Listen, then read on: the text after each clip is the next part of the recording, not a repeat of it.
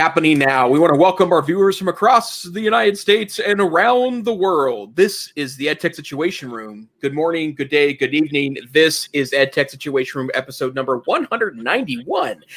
9 away from 200 episodes here on September 3rd, 2020. My name is Jason Neiffer, and I am the Assistant Director and Curriculum Director of the Montana Digital Academy, the state virtual school located on the beautiful University of Montana campus here in Missoula, Montana. And joining me, as always, good evening, Dr. Wes Fryer. It's great to see you tonight. Good evening, Jason. It's great to be here, and we had our little hiatus last week, so this is one of those episodes where there's going to be double the amount of links and, still about an hour to talk about them. So any thoughts, Montana? Let's do a little quick weather, fire. What's the situation? You're glad to be not living on the West Coast directly in the path of fires, I assume. Yes, because very you guys much correct. Are affected, but nothing like some of these brutal pictures we've seen. Last week, really terrible smoke, and it was kind of gross. I heard some people comparing it to like campfire smoke, but it's really not, because the smoke that's in the air in a lot of cases burned up, things that were not meant to be burnt in nature, and so the smoke is pretty acrid and didn't smell super great, and it was really thick here for almost 2 weeks. And then last weekend, Saturday in particular, we had basically a 12-hour rainstorm that washed a lot of the gunk out of the air, and so that was very thankful to have that. It was hazy again today in Missoula, which I think is also West Coast fires, but luckily a few of those fires are in Montana itself. Weather-wise, fall weather is here now. Highs this week in the 70s, lows in the 40s and 50s. We've not had a hard freeze yet, and that for Montana gardeners is a real blessing, because it allows you to, take your pumpkins and carrots and other late season vegetables and let them get nice and ripe out in the sunshine. But that's the weather here. How about where you're at, sir? Man, we're pretty fortunate. So no real hurricane impacts or fire impacts. Just kind of watching the rest of the country and giving thanks for being in the Midwest. So it's been pretty lovely. And the normally a late October is when we start to get our first freeze. So I think our summer heat's over, but it's really nice. Like warming up maybe into the 70s or touching the bottom of the 80s and then down to the 50s. So it's pretty nice. I love the fall. We got pumpkins on the porch, and squirrels aren't living in our house anymore, but they're back to chewing them up. So, when those are the problems with, pumpkins chewing or squirrels chewing up your pumpkins, you're going to count your blessings. So. Yep, absolutely. Well, this show is not about the weather. So, Wes, why don't you tell the fine listeners what EdTech Situation Room is all about? This is an excuse, an opportunity for Jason and I, along with Peggy George, almost every week to be synchronous, not in the same place, but at the same time. And what we do is talk about, and it's an invitation, obviously, to anyone, because we're live on both Facebook and YouTube, talking about the past week, or in this case, past 2 weeks, technology headlines through an educational lens. So we do have some favorite topics and some themes that appear in the show from week to week, and you can check out all of those links at edtechsr.com/links. And on that note, Dr. Neiffer, where would you like to begin tonight's foray into our recent headlines? Well, I have kind of a philosophical one I want to start with tonight, and I think that it's more or less what I'm hoping we can get out of it tonight is a bit of a challenge to our fellow educators that are dealing with the global pandemic. But there was this great article a couple weeks back from The Guardian, and it really is, I think, a fair bit of warning about what's to come. And the article is from Jeremy Farrar, who writes an opinion piece in The Guardian to talk about, listen, we need to start being realistic about the end of COVID-19. Mm. And he talks about the many challenges that could be to come in regards to getting rid of the after effects of COVID. But it's likely that the first generation of COVID-19 vaccines will be what he calls only partially effective. It is very possible that the vaccine itself could not be a permanent vaccine. It may have a limited immunity effect from 12 to 18 months.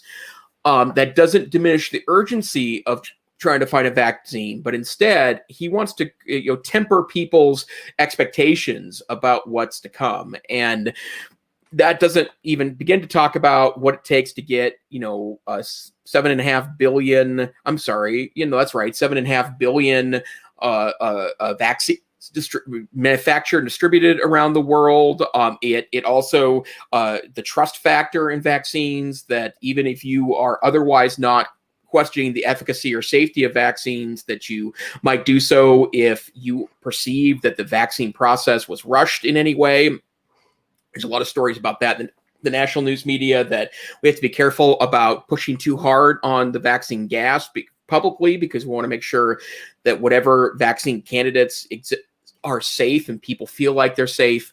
And the reason why I want to mention this in context of our show was that I have seen a lot of social media, and I've seen some references in newspapers and television stories about how schools are dealing with COVID. And there is, I think, an overwhelming notion that this is a semester-long or a year-long problem, or even a year and a half long problem, where I think it may be longer than that. And one of the things that I like to think about very early on, when I took over or took the job as his first curriculum director, and then now my title assistant director at the Montana Digital Academy, was, people telling me about how online learning is not a very effective environment. And I have to say that argument still rages on in research. There's very little actual gold standard research, so experimental research, on whether or not distance learning is as effective as face-to-face learning. The general evidence suggests that on average, face learning is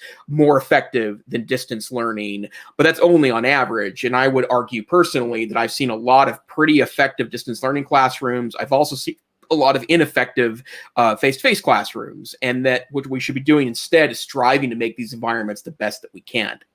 So I guess the point of what I want to make here is that looking at the scientific evidence, yes, at some point this is going to be over with, and yes, at some point schools can go back to more normal scheduling and setup for kids, but it may be a long time. It could be 6 months, it could be 12 months, it could be 18 months, it could be 24 months, it may be years before we widespread effectively have what things look like before March of 2020. And so I guess I would just like to see the discussion nudge towards, let's make the best of the learning environments that we have, because we might be stuck in this for a while.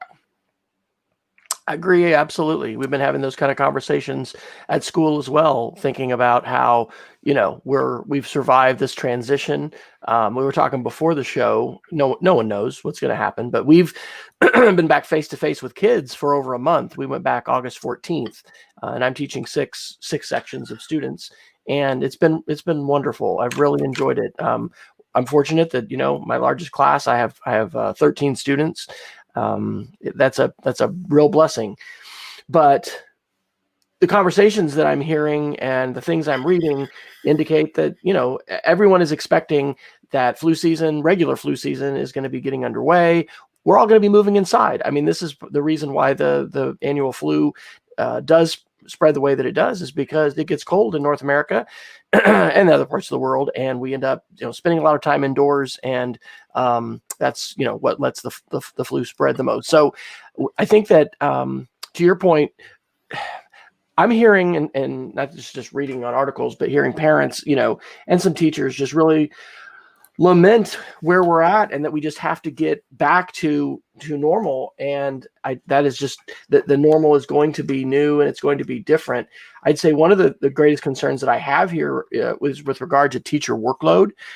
There's a teacher that has resigned that we're know well in Oklahoma City public schools, who have just returned face to face. Most of our public districts have had a period of remote learning, and then going back. But I can say, just from personal experience and observation, that the amount of hours and the level of expectation on teachers today is absolutely, it's huge. It was high before, and it's even more now. And so I think it's really incumbent upon educational leaders to be keeping a good pulse of that. I am encouraged by stories of some larger districts where teachers are being designated to be remote only teachers. And so the individual classroom teachers not being shouldered with this really forbidding responsibility of trying to both keep students who are at home, up to date and learning at a high level of engagement along with face-to-face. And so, I think we're going to want to continue to collaborate and share best practices, but we're also just going to have to flat out look at how many hours teachers are spending doing this, and what is this going to be doing, to our teacher cadre, and there you can only be burning that candle at both ends for so long, and everybody has limits, and I suspect, as we move further into this, it's going to go back to the conversations we had, Jason, at the very beginning, where we talked about wellness and we talked about boundaries and we talked about how, because we're not remote learning right now, my wife and I, but I predict that we will be before Christmas. And so those kinds of practices for ourselves as teachers and then for our students, I think we can be better learners as a result of this. Because what I've realized is that the self-discipline which is required for the online environment is honestly not something that I think, I'll just talk to myself personally, I am as intentional about cultivating. It's just so easy when you're face to face with students to just, because I'm teaching, 4 of my classes are media literacy and computers, just show them things really quick and bail them out. I mean, kids don't have to be, in my opinion, as navigational, as independent, and as responsible for taking ownership of their own learning as they have to be in the online environment. It's really good for kids to develop that disposition, but it is challenging, and that is not something I think we've been historically as oriented towards in our context. You guys at the Montana Digital Academy, different, but I would guess that you're probably seeing an influx of new students, and probably your situation is different and continuing to be in flux as well with the impacts of everything that's happening. It absolutely is. I think the point you're making is a really important one, which is that, online learning, we get so stuck on the discussion of whether distance learning is better or worse than face-to-face learning. I think we get that distance learning advocates get so passionate about advocating for the model that they forget that even when done extremely well, distance learning radically shifts the power dynamic from teacher to student, in that the student is largely left in their physical self alone to make it through learning, even if they have access to teachers via Zoom or Teams or Meets. In the end, the student is still largely moving forward on their own. And that power dynamic is very, very challenging for a lot of kiddos who are used to the spoon feeding of education to them in the past. Well, really, I think the trend has been over the last 30 years in educational models. And I think we've made it less student responsibility and more teacher and school responsibility for students to be successful and to graduate. I think that has meant lowering of standards in some cases. But I also think that a lot of kids end up maybe being content ready in leaving school, maybe test ready to leave school, but are not as independent of thinkers, and then maybe more importantly, independent of workers. And distance learning really does challenge students that do not have that learning skill set as aggressively as their peers. And those are conversations we're going to have. One of the things we tell our parents at MTDA that when we first start the semester, the distance learning is really different in that your kiddo needs to be more responsible, but we would rather hear from your kid and the problem that they're having than have you report to us the problem your student's having. Obviously there's lots of exceptions to that rule, but I want kids to put in support tickets. I want kids to send in screenshots. I want kids to contact teachers and try to work out problems. And I'll always defer to a student and teacher working something out together than involving my office or a help desk or the parent or even a local support person at the student's local public school, because I want kids to develop that skill set, because we have a world where increasingly they're going to be asked to be more self-advocates. And I think that's something the distance learning rewards. But not every student came from a distance learning environment. Not every student is, even older students, high school, later high school students, juniors and seniors. I've dealt with students both as a classroom teacher and in my current context as an administrator in the state virtual school that frankly had very little independent learning skills. And when the going got rough, they weren't able to articulate a problem to someone else to advocate on their own behalf. And I'm not talking about students that struggle, excuse me, with, I apologize, I have hiccups tonight. I keep sucking down water. It's not seem to be fixing it. So my apologies to those, particularly those that are listening to this later on a podcast where they've got headphones on. But the piece that I want to say is that obviously there are some students that struggle with self-advocacy because of some other some other reason, like a learning disability. That's not what I'm talking about. I'm talking about standard, pretty typical students that you might see in a junior or senior class that don't have a lot of self-advocacy or problem-solving skills. And I think we don't tend to teach those skills as aggressively as we should. One other maybe side note here too, and I'd be curious to Wes if you see this as well. I also feel like that we still don't, or that we've really diminished our opportunity to teach kids some independent studying skills too. I felt this was true going back to my teaching career, going back 22 years, that the first students I taught in the late 90s came to my freshman, sophomore, and junior class oftentimes lacking skills that I thought were typically being taught in elementary and middle schools. And I still think they are in a lot of cases. But I think there's been a broad shift away from teaching core study skills as part of, acquiring content, right? Learning how to learn. And I think that part is also, I think it impacts students' ability to be good distance learners. All good points. Peggy George in our chat room makes the good comment that, teachers and teacher burnout is definitely an issue and a concern because of how much teachers are being asked to do. And in terms of your point on the power shift, Jason, that can be a great thing. But, the large majority of teachers, I would argue, have not had extensive experiences or pedagogical, instruction and professional development on online course development. There's been a rush for some of that, prior to this, but designing for the online environment is really what needs to be done if students are working at a distance. And so it is a challenge, and it is not an easy thing, and it is not something that somebody can just flip a switch and let's say, oh great, we'll just do this online. It doesn't work that way.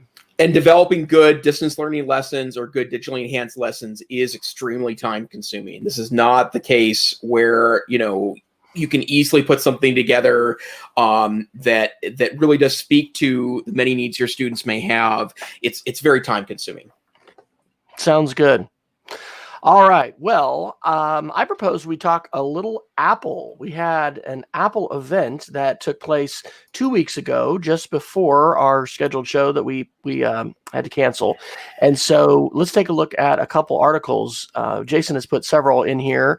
I'll say a few words, and then if you want to kind of take it away from your perspective. Of course, The number one question is going to be if you've rushed out to get the 6th gen Apple Watch. But the top article, I guess I'll share, is the one that you put in from Digital Trends, just Apple stuff, everything announced. And interesting that this year, and I'm glad they did this, Apple did not announce new phones. Apple does so many things with so many different product lines that, holy cow, to talk about like 6 different product lines or whatever, from watch to Apple TV to iPad to phone to laptop. I mean, it's just gaming. It's just a lot. So the continued march of the Apple Watch from a health standpoint, as you've talked about multiple times on the show, pretty amazing. Now that you can do the VO2 level, just additional insights, I really am convicted. I want to publicly commit to this, just as far as more health and wellness, more fitness. We want to talk about ways that technology can be transformative. Jason, as a kidney transplant survivor, can certainly speak to that idea that, technology and the monitoring is literally life-saving and life-changing. My favorite part of the keynote, and I did watch the entire event afterwards on Apple TV, were the stories that they share, that people are sending in about how they were alerted in advance to high, pulse, high blood pressure, some other condition, and then the way in which that was able to, be the catalyst of getting to the doctor and the hospital and getting help. And so I think that it's just a wonderful thing that Apple, which of course is wanting people to use their technology, use their devices, and there's a lot that goes with that. I know we'll talk about some tech correction, media literacy articles tonight. There's a plus and a minus to the use of technology, but I really, really love how Apple is having such a big push in the fitness arena because, man, let's face it, we all need to be not only eating well, but exercising. And depending upon your situation, you may or may not, find yourself in a place where there's lots of external encouragement for that. So, human encouragement, human accountability, all those things are important. But technology nudges, and especially the way in which you can be in touch with your body and have a better window into how you are doing. I think that is exceptional. And that was the most exciting thing. So other kinds of announcements about, iPads and other things. But to me, it was just sort of the continuation of the trajectory that Apple is on. And I don't know that I heard or saw anything that was very earth shattering. So what were your thoughts and responses to the event and the announcements, Jason? Well, I know a lot of excitement on behalf of my Apple friends about iOS 14, which was released and downloadable after the event was over with. And I know that almost everyone that I've talked to, very excited about that as a prospect. A lot of new interesting features there. The iPad Air and the new regular iPad, obviously the updates there are pretty great. I did read a lot of stories about how that now that the iPad itself, the regular iPad, which is, the budget iPad, if you could call the entry-level one a budget iPad, has got the A12 Bionic chip, which has a 40% boost in performance over the last generation of iPad. That's a pretty big performance boost. But you start to do the spec bumps here and think about from at least a speed standpoint. And I have another article I want to share in a moment that kind of questions that notion. And the entry-level iPad, other than it only has 32 gigabytes of storage, is a pretty attractive a piece of hardware because of its size and the fact that you can get third-party keyboards and turn it into a laptop-like experience.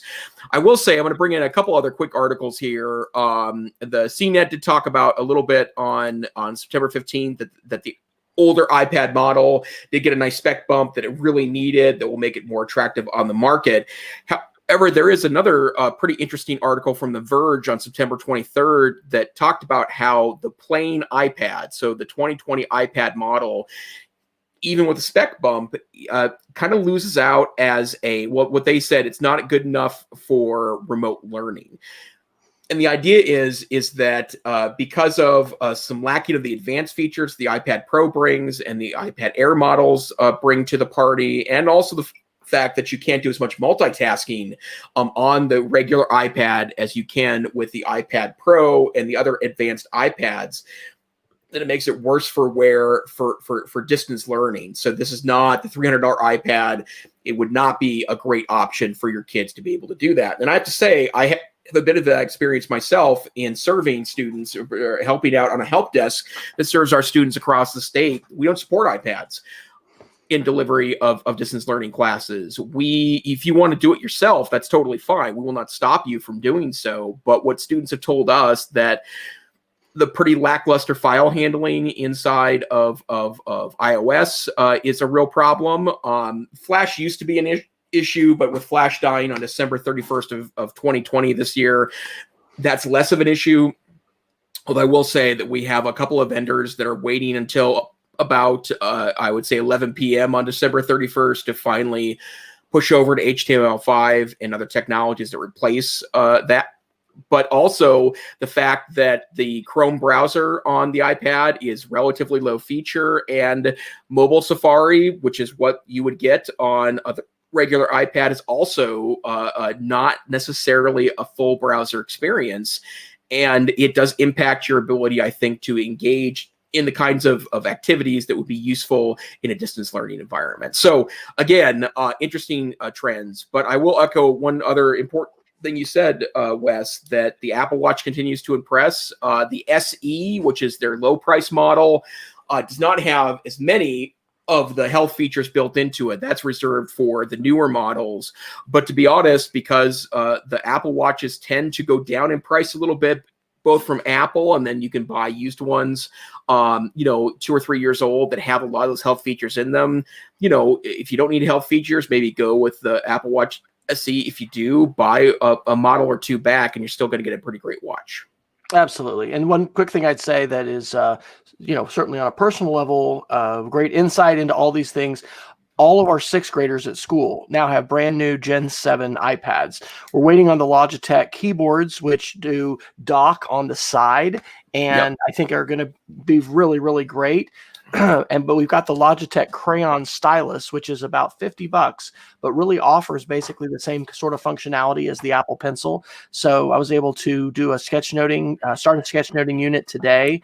Very excited about being able to do that. First time to ever be able to have a whole class of students with new iPads and new, styluses, to be able to do that. But we're having little wonky issues with Google in terms of when something's been submitted and it's unsubmitted, but we can't go this file and we can't edit this, and having to work around and, let's delete the Slides app and let's open it up in Safari because iPad OS, should be better, and different kinds of things. But we're in a testing year right now. So 6th grade is going to be having iPads through the end of December, and then 7th grade is going to get them. And I don't teach 7th graders, but these same kids then will go back to Chromebooks. And so the 5th graders I teach have older Chromebooks, and it's really great. I mean, having used these platforms for a real long time, with the continued march of technology and how things improve, it's really good to have an in-depth, we're using it every day kind of insight into how this works and how would we want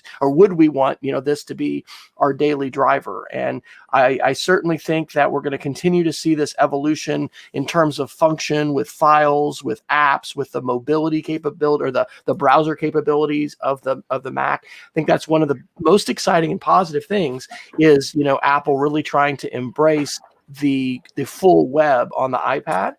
And so, all of these things are really, really positive. And maybe, Jason, and I don't know that we have an article about it, I really want to know more about the styluses and how that experience is working on the Chromebook side of things, because my personal perspective is we've got to have a very effective digital stylus to be able to be fully digital with our lessons. I just don't think you can ask math teachers, to just take pictures of kids, paper and pencil work or whatever.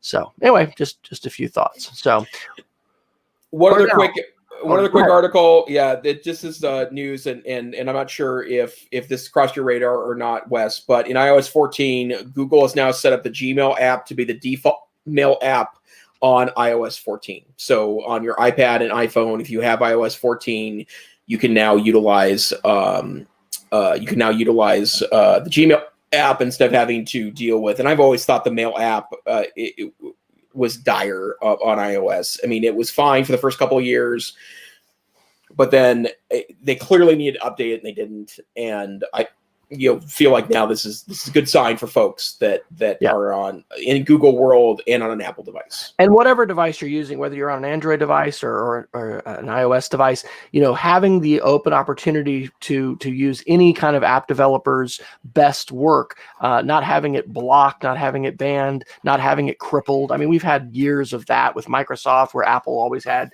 kind of inferior sorts of products compared to Windows as far as not fully featured, desktop versions of Microsoft Office. And so it's great that Microsoft is embracing this, work on any device. Here are our tools. Right. And then, we're a Google school, and I foresee us remaining a Google school indefinitely. I don't see anything right now pushing us to do something different. So really important that all of those tools work, and glad, both from a school standpoint and a personal standpoint, to see that interoperability and Apple not trying to just force us, into their apps, but, letting us truly have the most native Google-ish experience, if that's what we want with email or with calendar or whatever we're doing. So All right. Well, where to next? We're about halfway through the show. So Well, already. Well, I have some Chrome OS news I want to share a little later, but let's jump into. It looks like you have a couple of or several great articles on the tech correction. yeah, so it's kind of challenging to know how to categorize these because I mean I've got some stuff under the China category, the media literacy category, but definitely some important tech correction stuff. So let's talk elections a little bit. Then let's talk about Twitter and Facebook. So The Verge on September 17th announced that Twitter has rolled out new security features to quote prevent election day chaos, which doesn't that sound like that would be positive. So with regard to security, they are really pushing two-step verification, security prompts, locking the ability of folks to change passwords and, not wanting, for instance, let's say Donald Trump or Joe Biden's Twitter account to suddenly switch hands, right at election day or right before or something like that, or any candidate for that matter. This isn't just talking about top-level executive folks. And so Twitter's also, it says, reworked its content policies, rolled out new features to help users find reputable information. This is good. This is positive. Again, we've talked about this. This is an example of companies doing things on their own to self-regulate because they don't want regulation. They don't want the tech correction. And so I'm glad to see this, but ultimately, I believe this is insufficient, and we're going to need to see some regulatory change similar to the kinds of consumer protection regulation that we have and information regulation with regard to television and newspaper and magazine and mainstream media. We've just seen social media get a free pass from that for a long time. So it's good to see them taking these steps. I'm glad it's being proactive. I think it'll be too little too late, and we're still going to just continue to see the weaponization of social media to subvert elections and probably sway and throw elections in favor of disinformation and the organizations and individuals who can best use psychological operations and in some cases not even hacks. It's just using Facebook, which is the perfect storm with micro-targeting for being able to show the specific group that you want to target the message that you want. So I'm a little pessimistic there. On the Facebook front, Washington Post, this is from September 22nd, reports that Facebook deletes several fake Chinese accounts targeting Trump and Biden in a first takedown of its kind. So that is positive. But what this article goes on to say is that the activities of these groups, and this is primarily in Russia, and this was in China, but there's also operations in Russia and Iran, are very active in other places like the Philippines. I mean, this is global in scope. So this isn't like a U.S. phenomenon having social media platforms unfortunately leveraged to really benefit in a lot of cases some very right-wing and very authoritarian individuals that want to either seize power, maintain power, or push their specific agenda politically when it comes to their region and their country. So then I'll just whip through these and then toss it back to you. This is super interesting. This was Vice on September 21st. Facebook threatens to pull out of the EU if it doesn't get its way. Now, Vice tends to have maybe some more, in your face articles, or I don't know. I don't know if you would consider it mainstream. I mean, it's legitimate. It's not somebody's backyard or garage publication. But there, and I think they've got some good journalism that comes out of Vice. But this is a very interesting article about European regulators and their crackdown on data. And what this is suggesting is that we really are at a point of risking this fractured internet, right? Where China has their different internet, and the United States does, and the EU does. Facebook, at the end, they've got somebody quoted to say, "Oh, this is brinksmanship. They'll never go through with this." I mean, Facebook has the resources, most likely, to be able to comply with this. But what the EU is arguing is that Facebook should not be able to simply port all the data it's collecting about Europeans and throw them over on U.S. servers and do whatever it wants with it. It's really a challenge to the surveillance capitalism model of not only Facebook, but all the leading platforms. So, with our elections and COVID and fires and hurricanes and everything else that's on mainstream media here in the United States, that may may not, or even with social media, that may not be something that's on folks' radar screens. But what we've seen happen in Europe with the GDPR, the General Directive on Privacy Regulation, we really don't have privacy rights, especially with respect to our data here in the United States at all. Europe is leading us in the West in with respect to that. And so this is really important stuff to track. And I would say, I hope, we don't end up with a completely fractured internet that's broken and we can no longer communicate globally. But we are, I believe, going to need to have regulation. And this is where Europe, again, is leading the way and pushing for that. So the very last article I put under tech correction is actually from March of 2020. And a shout out to Zach Gilbert, who is EdGamer on Twitter. And I had a chance to meet him several years ago in Chicago at the ICE conference. And anyway, he helped convince me to play Minecraft with my son. So, really a great thing to be convinced to do.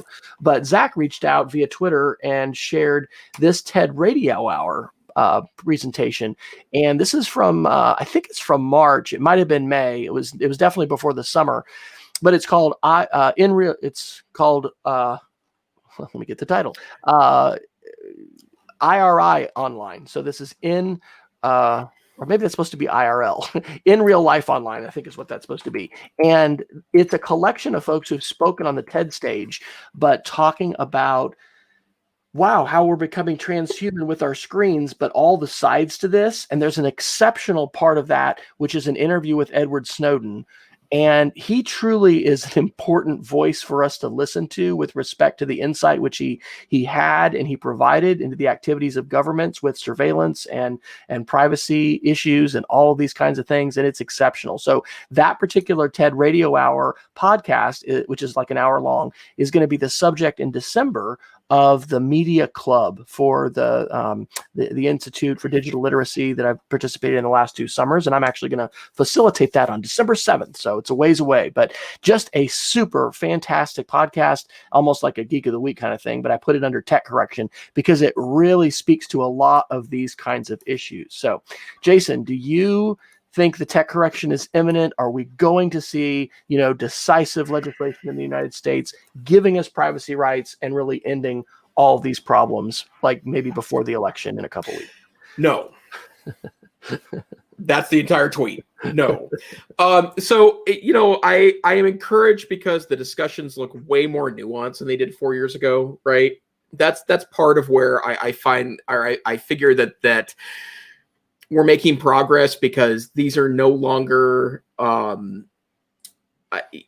fantasy scenarios that social media can have danger to it. We have a lot of research and proof about this now, right? And so when you talk about, attacks by less than friendly characters from countries that aren't on our Christmas card list, that's something that is something we need to be concerned about. But I'm not entirely convinced that self-regulation works. I also have no idea what government regulation looks like here either. The other thing that also scares me, and we talked about this when we first started talking about the tech correction a couple of years ago, if you listen to Senate and House hearings that pull in leaders from these technology companies and ask them about regulation, it's also not I wouldn't say scares me, it concerns me that people that may not utilize or even understand social media in a nuanced way would be writing these regulations. So for me, I really sincerely hope, and I know that Vice article, and I almost put this article in the show tonight, but apparently Mark Zuckerberg had referred to some of the Vice reporting in regards to Facebook and the challenges Facebook faces in the United States and abroad. And actually make fun of the source, but the fact of the matter is that we have to continue to have these discussions. I sincerely hope that social media does not have a terrible impact on the 2020 election like it did in the 2016 election. I'm not saying that Facebook is the reason why one person won or another person lost, but certainly they did contribute very mightily to the very sour and bitter fights that happened after the 2016 election was over with. But we need to continue to talk about this. We need to continue to be thoughtful about our own use of these technologies. And then bringing this back to education, we have to be thoughtful about how we talk about these technologies to kids. And that's the part that I still think is largely missing. It's not, for me, it's never been about yes, Facebook, no Facebook, yes, TikTok, no TikTok, yes, Instagram, no Instagram. I don't think it's that at all. I get a lot of joy out of Facebook. I get a lot of joy out of Instagram. And even though the joy is more recent, I get a little joy out of TikTok too. The interesting community that's developed there is pretty entertaining. Hank Green, who is a popular science YouTube star, comes from Missoula, Montana, so he's a Montana guy. He said on Instagram the other day that he was able to get 1.8 million followers on TikTok.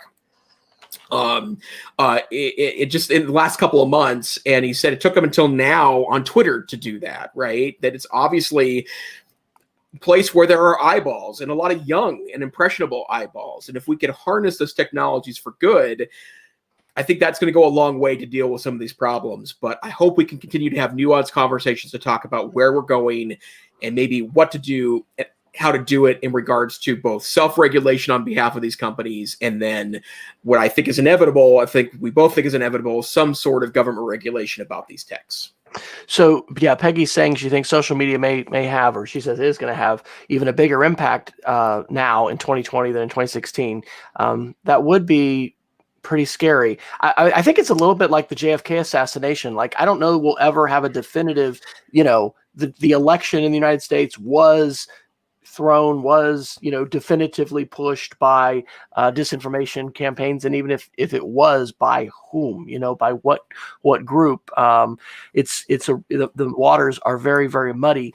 I didn't put this in the show, but this is, maybe we had it last time. The Social Dilemma. This is the new documentary on Netflix that Tristan Harris, who is the co-founder of the Center for Humane Computing and the former design ethicist for Google.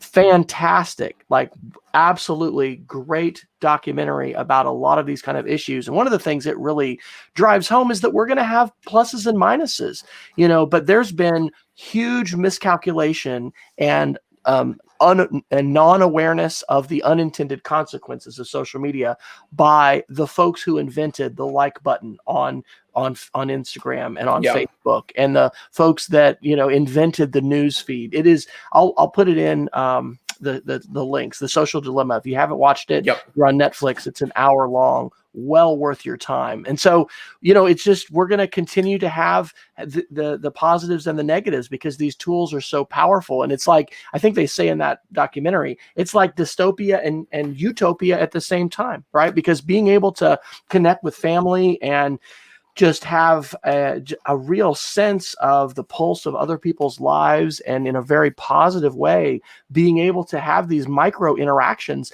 that would absolutely not be possible if we weren't all connected to a global network. I mean, if I'm just out there trying to write on my blog, there's really not that many people who are going to be bringing that up on their device. But social networks, as they have come to be developed today, that can be free for people, and we can be trading our data and our privacy and our information for these services, it's created some really wonderful things. But the idea that people can craft messages. So this wasn't from the Social Dilemma. I think this was just a conversation, but someone was talking about like gossip in the, this is probably an article, in the old days. Like it didn't move far beyond the borders of the town, right? Maybe someone got on a horse and then they were going to another town, but gossip and the kinds of things that people tend to really enjoy talking about and sharing, it was just really limited in its impact. And now the velocity and way and speed with which it can be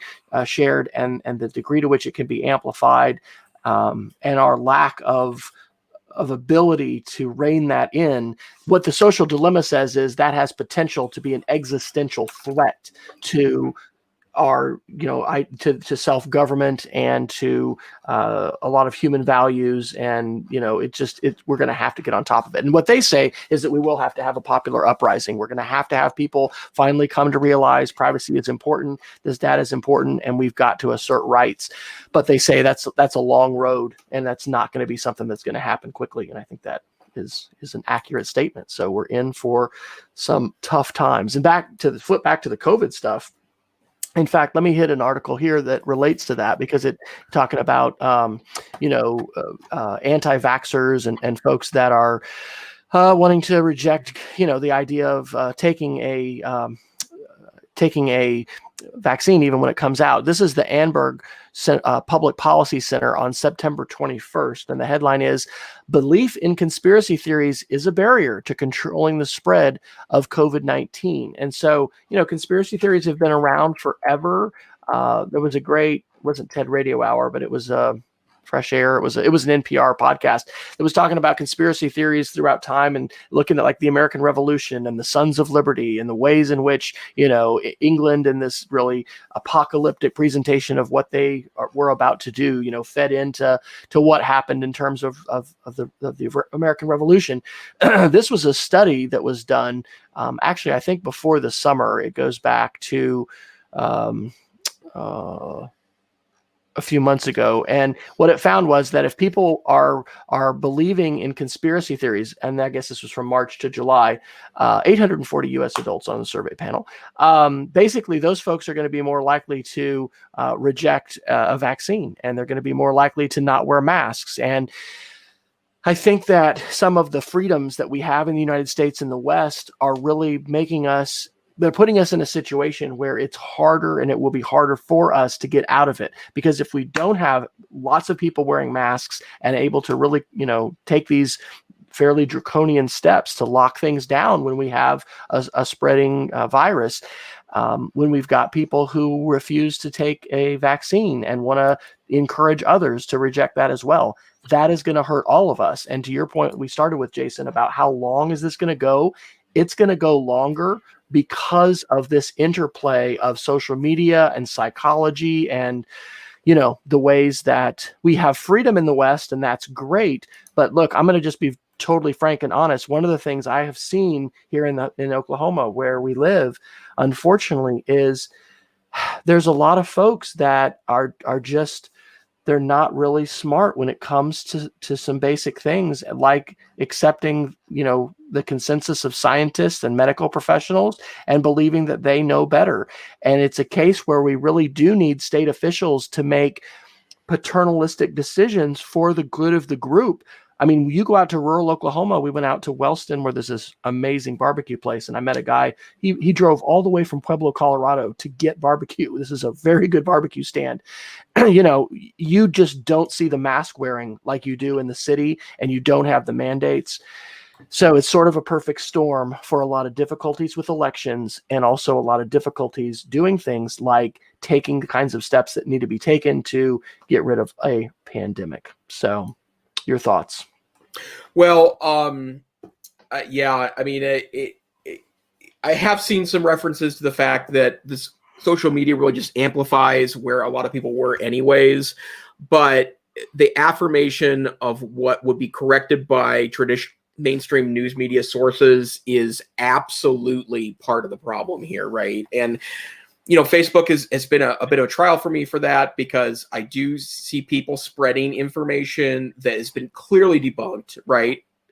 And not me smugly saying it's been debunked, as in like I double checked my own sources, right? Found a variety of sources to do things, used good civic reasoning to research these things. And the bottom line is that because people can't seem to make the dividing line between a mainstream source and a fringe source. And this is not aimed really at any particular political persuasion either. I see this on both sides of the political spectrum, believing what you want to hear instead of what you probably need to hear in regards to facts and reality. But I guess it goes back to, if we're not teaching nuanced source evaluation and questioning both our beliefs and external beliefs, then we're not doing the right job in education. So we have to be doing this. We can't teach it like it's 1981. You have to be aggressively pursuing good learning skills in regards to the massive information in every content area in every class.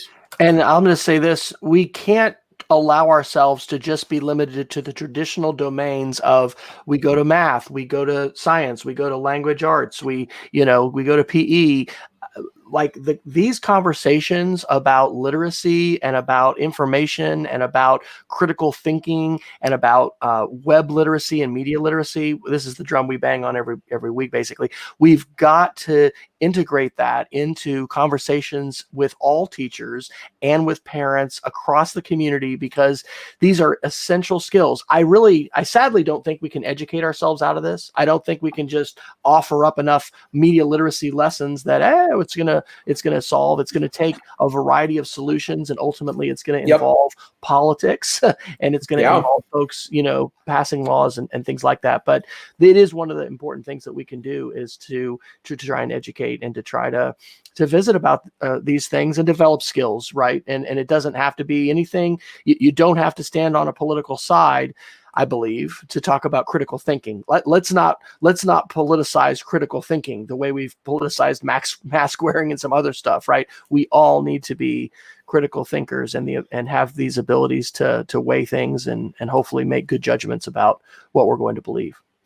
Let's pick up a couple security ones. We've got two. I'll do one, and then you put one in too. I put an interesting one. First death reported following a ransomware attack on a German hospital. This was ZDNet on September 17th. And unfortunately, a woman had to be rerouted from the closest hospital that she was near because that hospital was under a ransomware attack and they didn't have access to all their data. And so she ended up dying, they believe, in part because she couldn't get into that hospital right away. She had to go to one that's further away. The group actually was targeting a university, and it evidently was accidental that this hospital was roped into it. They were on the same network. But the article reports that ransomware is continuing to be super prevalent. The fact that folks will pay off these groups in order to get their data back and be able to get back online, feeds into it, right? Because if criminals know that this is going to be lucrative, then it's, more incentive for them to do that. So that is unfortunate. And it speaks also to the importance of cybersecurity and having cybersecurity professionals in our organizations, keeping things updated, moving data systems into more secure, probably cloud systems that are encrypted, and that also have very capable people who are watching it 24/7, right? I'm very thankful that before I got to our school in 2015 to be the technology director in 4 years, we had already been substantially on the road to moving to the cloud and not having servers that we were carrying and feeding for locally and then trying to fend off all possible attackers. We were moving to the cloud. So, and then you put an article, Jason, I think, about some IoT traffic and botnets. Do you want to pick that one up? Yeah, Threat Post released a really interesting article on September 17th that said that, well, the headline is it's not misleading. It kind of buries the lead.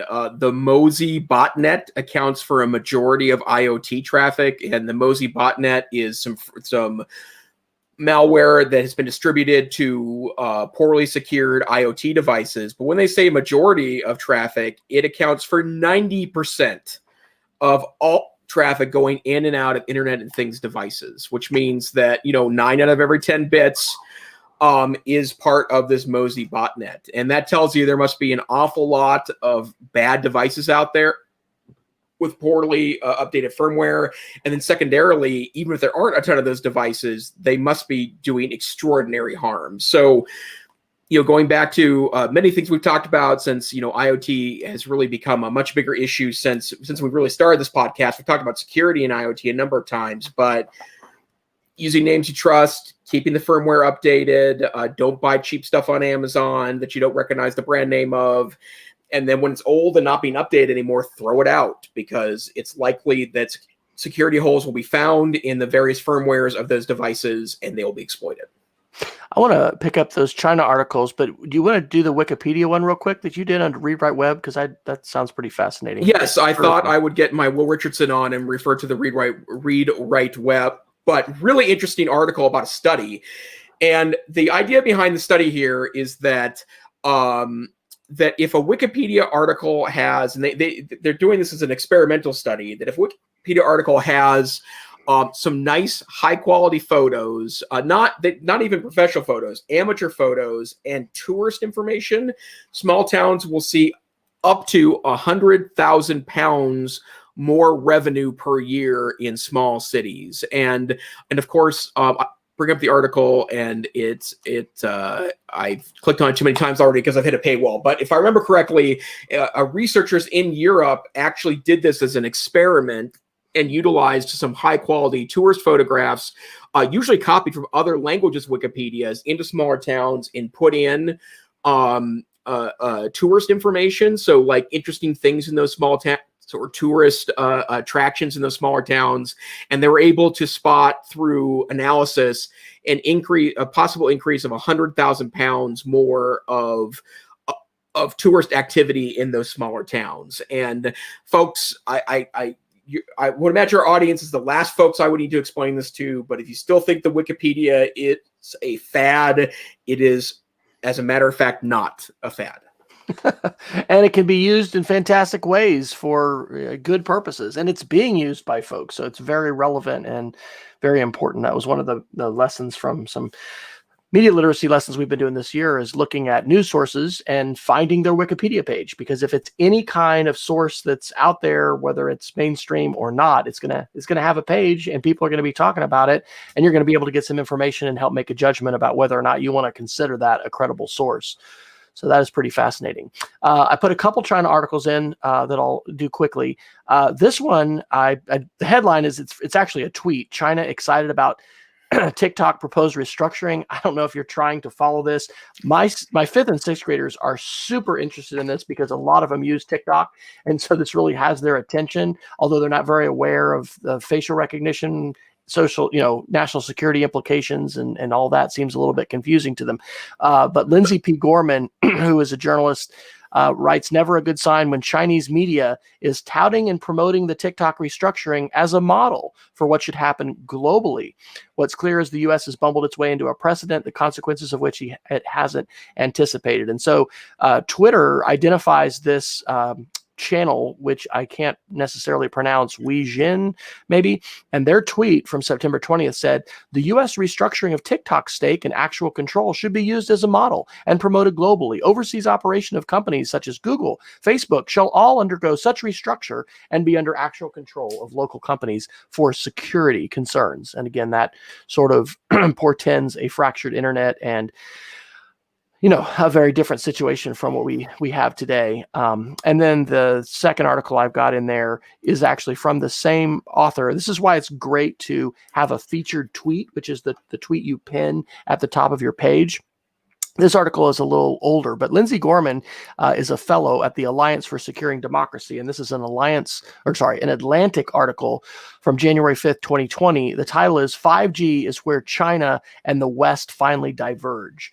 And one of the best things about gathering almost every week here with Jason on the EdTech Situation Room and talking about these articles is like trying to connect dots, because we have these themes and these topics and trying to figure out what does this mean? Because, just being hit with a headline doesn't help you necessarily get an understanding of a full context. And I think this Atlantic article makes a real good case of why the deployment of 5G technology and the hard push that hasn't just come from the United States and the White House. It's come from the United States, definitely, but it's come from intelligence agencies and a lot of different officials and bureaucrats and military personnel and folks who don't have a real, political iron in the fire. Apparently that they're professional intelligence and diplomats and other kinds of specialists. And so because we are drawing this sharp line in the sand and bringing England with us and trying to bring other countries in the West to say, don't deploy Chinese infrastructure, it portends perhaps a very significant break in even the international system that is not just going to be limited to the internet, but it's going to be, more broad than that. And so trying to make sense of these kinds of issues is very difficult because there are a lot of politics, going on here. But we've continued to talk about 5G and about, Chinese officials under, arrest and not being allowed to leave, and the kinds of spying and privacy issues and concerns and things like that. So that's almost a geek of the week in terms of a recommended article, but I think that's we'll be continuing to talk about that one for a while. Well, Wes, it looks like we've made it to the top of the hour. That was sure fast. Is there any other article you want to make sure we get in this week? We could just do the Venus one, right? The addition to this is, I guess Russia last week claimed to own Venus. I'll drop that article in as well. Like, hey, it's our planet. But there was an exciting announcement about the detection of phosphine, which is a gas that, when it's in a large quantity, is going to be produced by organic material. So what kind of organic material on the surface of the planet Venus might be producing large quantities of phosphine? Not sure. Apparently Russia is taking over the planet. So, maybe we won't have a chance to go, but I'm kind of thinking that may not happen. Yeah. And in fact, I think there are some very specific UN resolutions about that very issue. Yes, there are. Well, sir, what would you like to share for your Geek of the Week?